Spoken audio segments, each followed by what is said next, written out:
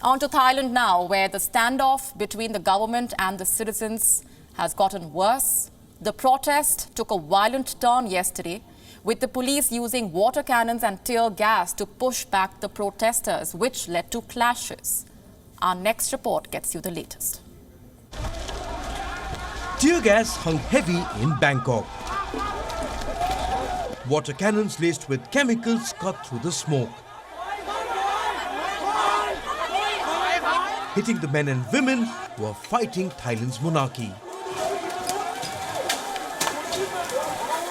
For several weeks, these protesters have taken to the streets,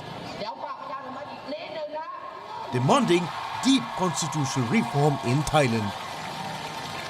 This week, they have become a target of a crackdown. It began on Tuesday, as the protesters tried to march towards the gates of Parliament.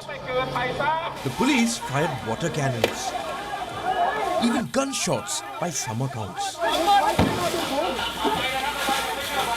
The protesters scrambled for cover, with some hiding behind rubber ducks to evade the water cannons. Not sure what they used, tear gas or whatever, but when I breathe in, it stings and burns. Many people got injured.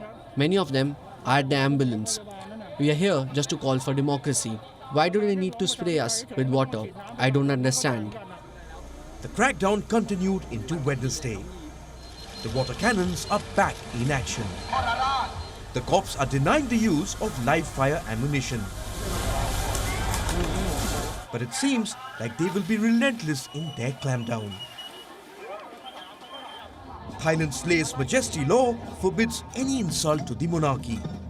It is among the strictest in the world. But the protesters are unafraid. They have rejected the proposals passed in Parliament that call for changes to the constitution without diluting the powers of the king. The protesters have three clear demands. Number one, the resignation of Prime Minister Prayut Chan-o-cha. Number two, a reform of the monarchy that leads to legal, political and physical oversight. And number three, greater democratic participation. Government coalition has also introduced a bill to Parliament that would make a reform of the constitution possibly, but they are imagining a very lengthy process that could take months or years until the constitution is actually changed, and I'm not sure if the protesters are willing to give them as much time as they want to have.